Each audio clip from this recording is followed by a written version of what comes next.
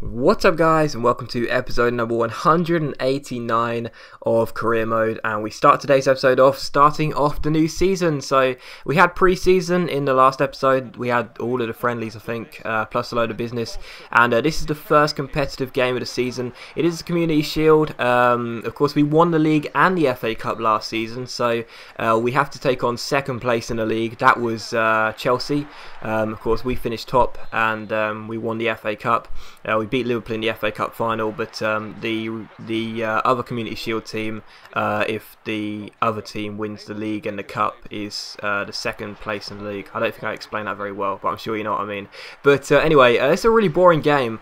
It ended up going to penalties. There are only a few chances, but I've got to be honest, I don't know how this is happening. I don't know what has happened, but it feels like someone has increased the sliders no end on this series. It's crazy. You're going to see over the next few episodes that this feels a lot harder. Oh god, that means I've got to say that's what she said now, don't I? Oh, I hate how immature people are. But yeah, this feels so much harder. It really does. It's crazy. I mean, it's ridiculous. This game went to penalties after a 0-0 draw in 90 minutes, and there was so few chances. We only got a couple of shots in. Mignolet made a couple of decent saves. Courtois was tested a few times, but to be honest, not too many. But it doesn't feel like I'm tested, defensively, but offensively, it's so hard to break down the opposition. But anyway, it went to penalties, and we haven't lost a single penalty shootout in this series, despite the fact I'm terrible at penalties. For those of you that watch my Our Squad series, you will know that I converted like 1 out of 5. But yeah, we took on Chelsea on penalties. Gibson missed by an absolute mile. Piazon punished him in the next penalty, which meant Chelsea had the upper hand here after 4 penalties. 2-1 to the London side, but Ronaldo scored here to put us back on level terms, and I was hoping that we could definitely pull off a save in this penalty against Gaston Ramirez. Didn't want to leave it too late before we started to need to make some saves, and Ramirez unfortunately sends Courtois the wrong way. So as things stood, Chelsea, if they could keep their nerve, would be going to win the Community Shield. This is one of the very few trophies we haven't won with Sunderland yet, so I was desperate to win this game. Thank God Felipe Marcano was on target from the spot. What a great penalty that was by the Paraguayan. Juan Mata, the captain, then stood up for Chelsea here to make it 4-3 to Chelsea, but he chipped the ball miles over the bar. A terrible penalty by the Spaniard, which meant we had the chance to level the score here with Nathan Redmond.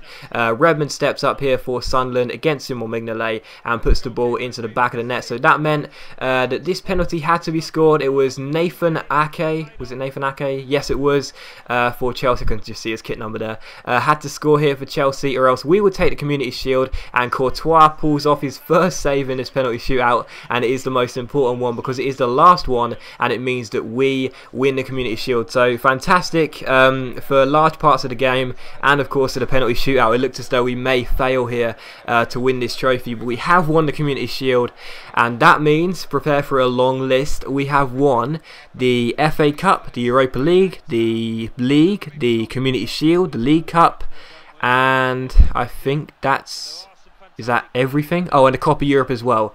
So now we just need to win the Champions League. That is the last trophy. I think I listed them all. If I didn't, then you know what I'm saying.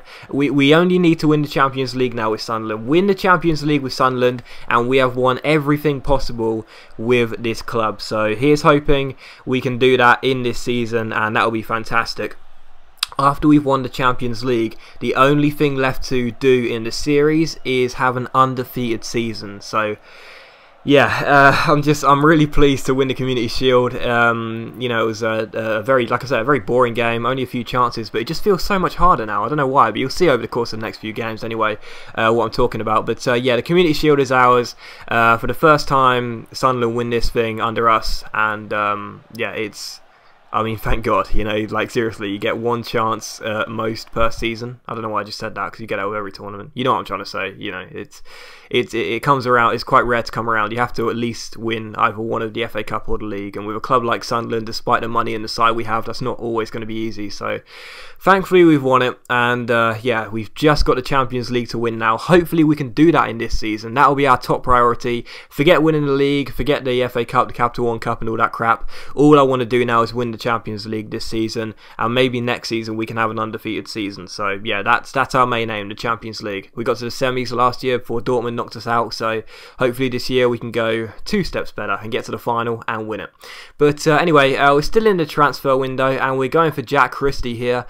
He's just an English striker that could be decent on the reserves, especially because Hellenius is getting on now, and he may be sold in this window as well, because there have been a lot of bids. But we get an international management offer from Portugal. We decide to stall it, because although I'm waiting for England, I'm sorry, but it just looks like it's not going to come. Oh, that's what she said. Sorry.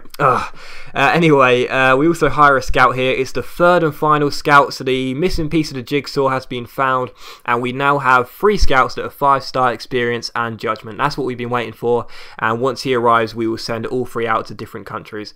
But like I say, Hellenius, he's been wanted by so many clubs ever since he had that fantastic first season for us, and yeah, of course we get the scout in here, which is fantastic news for us. City say they're not going to bid 17 million for Hellenius, and we also managed to get hold of Jack Christie. So if Hellenius does go ahead and leave the club, we will have his replacement in Jack Christie. We also give Celtic Diego Castillo, one of those little scout future star players that ended up crap. He's the second one we've had, and they've both been terrible. But maybe crap's a bit too harsh. Rubbish. That's a more light word. But anyway, we take on Southampton for the first league game of the season in defence of our title. Like I say, it's not our top priority this season. The Community Shield and Champions League were. We won one of them, so now we just need to win the other one. But we still want to win the league. We still want to defend it. Of course we do. So taking on Southampton, we still want to win this game, the opening game of the season, in front of our home fans. But like I say, as you'll see in this episode, man, it's crazy, and over the next couple of episodes as well, it's crazy how hard it is now. It's, you know, I found it, you know, pretty hard to score goals in the Chelsea game, of course. That's why it's finished 0-0. But 10 minutes in, we do score our first goal here with Nathan Redmond. But defensively, it's crazy hard. I mean, I don't know what is going on, but seriously, I just cannot defend for the life of me. And I know my defending isn't great, despite playing on Legendary. It's still not great. But seriously, it's crazy. They just seem to walk through me. It was that easy. And Mayuka scores a simple header here to put Southampton back on level terms just 6 minutes after we took the lead.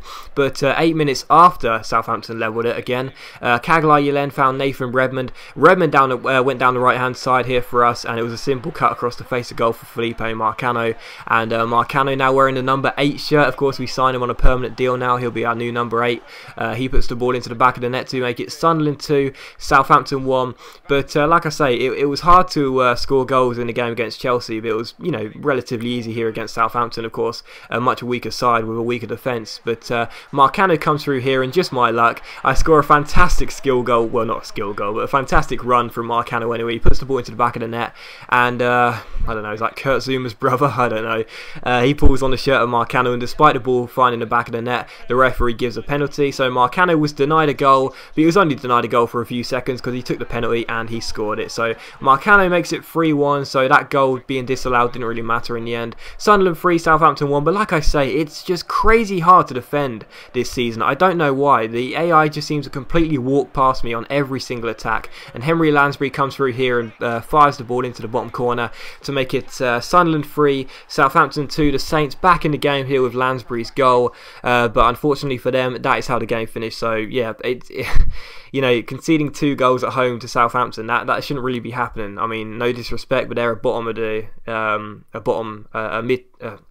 bottom half side, and yeah, that really shouldn't be happening. But 3-2 the final score, and it will be a recurring theme because yeah, over the next few episodes, it's just so hard to stop the AI coming through. I don't know what's going on, but anyway, Stav Rene coming for Hellenius. Like I say, loads of bids coming for this guy. I'm pretty sure he's going to go. I'm sure one club is going to meet the valuation, and I'm pretty sure he's going to leave this window. That'll kind of suck because he's been really good since we brought him, and even Paul Lambert seems to have been watching this series because he's well, as things stand, he looks like he's on his way to Aston Villa. Don't know whether he will be there or not by the time this video comes out. But anyway, the scouts, all 3 of them, we send them out to different nations. One goes to England, one goes to Spain, and this Algerian scout is on his way to Mexico. So hopefully we can pick up some decent players. You know, we've got a fantastic youth academy right now. I've got to admit, there's some amazing players in there, and yeah, it's a shame that this series hasn't, you know, just started, you know, in October liberal or whatever in real life, because you know we'd have all these players to use for the whole of the year. But even so, transfer offer comes in for Ryo Miyachi. It's our bitter rivals Newcastle United. They've got a lot of money on this game, so I thought, you know what, if you want to spend 20 million on him, he's yours. He is a fantastic winger, but to be honest, I'll take 20 million for him. And they come back to us and they say we're going to bid 19 million. So it's only £1 million less than the valuation. And, well, it's more than the valuation, but it's only £1 million less than the counter offer. So I thought, yeah, take him. You know, that's a lot of money. And I'm pretty sure we can find a decent backup winger, because that's all he is, a backup winger for 19 million. And then spend the money on the rest of the side. But Kurt Zuma's not going. I'm keeping him at the club. But yeah, these are the two wingers I might replace Miyachi with, and also might try and sell Townsend, because Townsend didn't renew his contract, and you know he's not that great anymore. His stats seem to have gone down. He's not as quick as he used to be, so might look to shift on Townsend. And these two players, Keto and Ocampos, both left wing, both from Argentina, and both playing for PSG. How's that for similarity? You know, either one of those could be Lavetti's regen. But he looks, we could sign one of those players, and this guy Moreno, a free agent, could come in as well. So PSG come back to us here. Stal Rene ain't going to get Hellenius, they didn't bid enough money for him. But PSG come back to us with those two players. We're not going to be signing Keto or Seto, or how you pronounce it, it doesn't matter, because we won't be signing him. But Ocampos, we might sign this guy. I'm going to offer a bit of money plus Andros Townsend, because like I say, I'm not a big fan of Townsend, and I think I might shift him on and try and promote Watamelio to the bench. But as always, guys, a big thank you for watching this video. I really hope you enjoyed it. If you have, please leave a like. It really does help my channel out, and it only takes a second. So yeah, if you click that like button, that would be fantastic. Let's try and get 400 likes on this video. That would be really good if we can do that. And yeah, as always, thanks for watching. Don't forget to leave a like if you enjoyed this video, and I'll see you for another episode of Career Mode very soon, probably tomorrow.